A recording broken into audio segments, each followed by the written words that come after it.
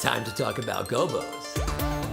Hello, my friends. This is Tim Kelly coming to you from my North Orlando studio, as always, and with the express purpose of bringing you an exciting new lesson on another piece of my lighting arsenal, the one that I use probably the most. If you've watched some of my videos, you know that I use a Gobo quite frequently. And the one and only that I've been using for about 25, 30 years, I want to share with you today what it's made of and how it works. So what we're going to do is take a look at it here. This is the Tim Kelly original Gobo.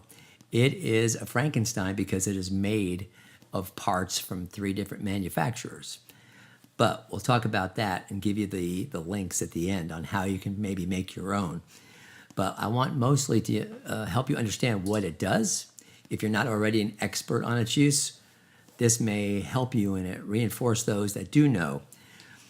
When we do portraits in the studio, we often have a light that's closer to one person than the other, or in this case, a body part. The arm on the left, her right elbow, is sticking out very close to the light. And you know me, I don't want to be burning in later or doing Photoshop fixes on things that should have been fixed in the first place. So you'll see the Gobo right in this shot here. The next frame, we put our Gobo in, as we always do, and see what it does. Let's take a look. That elbow is now under control, and that the light excess is trimmed by blocking it with this round Gobo.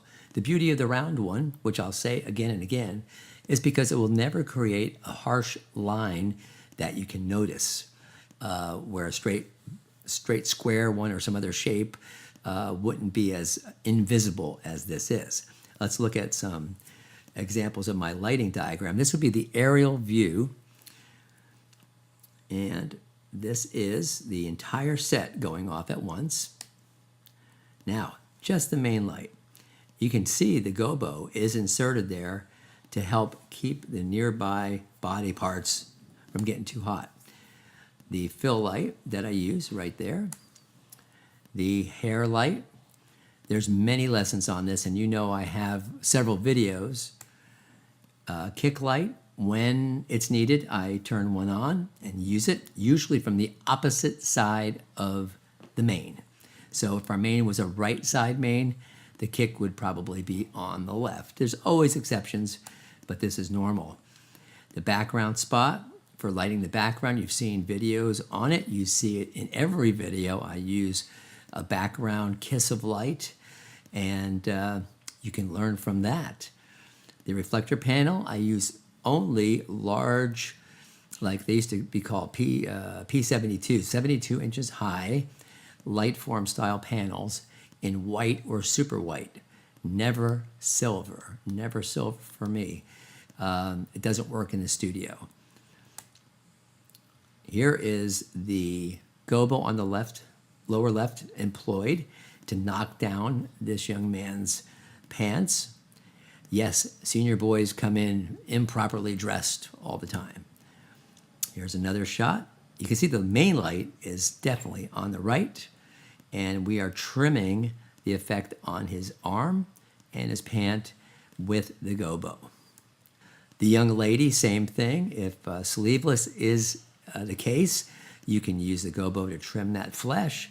Here it is also being used to trim the prop as well.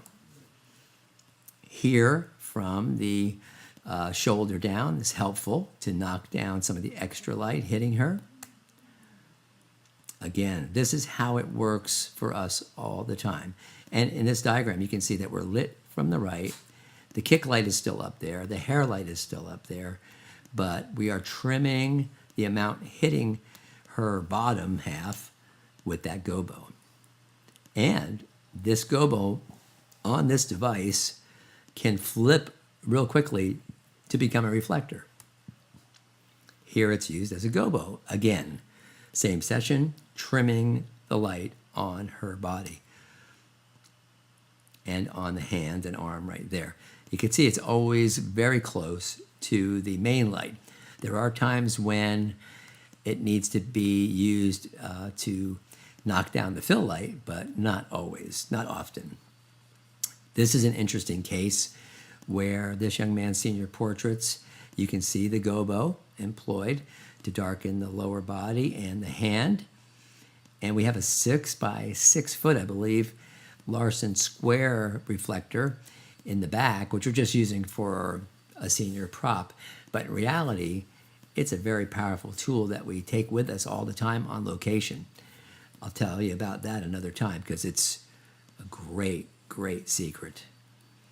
But here it's just being used as a graphic insert. This is the heart of the lesson. This is as far as you can go with a gobo. Here we have an assistant on the floor helping to hold it exactly where it needs to be, because what we're doing is we're creating a spotlight effect on the subject, but we don't have a spotlight. We have a big giant softbox. So we use gobos to flag off the light. The primary one is always that 32-inch round. And this is the undoctored effect. This was done without burning in, without any Photoshop fixes. This is exactly the way it was created with lighting, okay? Now we're gonna just dissect the gobo that I use itself. Maybe this will help you find the parts and pieces. The first element is the 32-inch round. Make sure it's 32 and not 52 and not a 5-in-1. It's too heavy, too thick, it doesn't work. You need a simple, single reflector. I use gold and white. The gold becomes my little quick glamour, my quick, truly a reflector, and the white side is my gobo. And how do you say white takes away light? Well, if you're introducing it between the subject and the light, you are going to have a shading, a shadow, a soft 1 or 2 stops at the most kind of shadow. You don't have to make it black. You could use black, but what I'm doing here is I'm using a multi-purpose device that creates a tiny intersection between light and subject to softly create almost a vignette effect, but definitely a corrective lighting effect.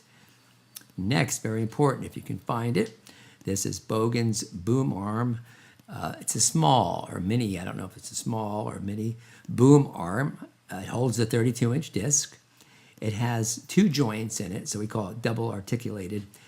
It allows you to just twist and turn and spin and lift and do anything you want to do. You position the gobo exactly where you want it and lock it with 1 turn, 1 little quarter turn, it's locked.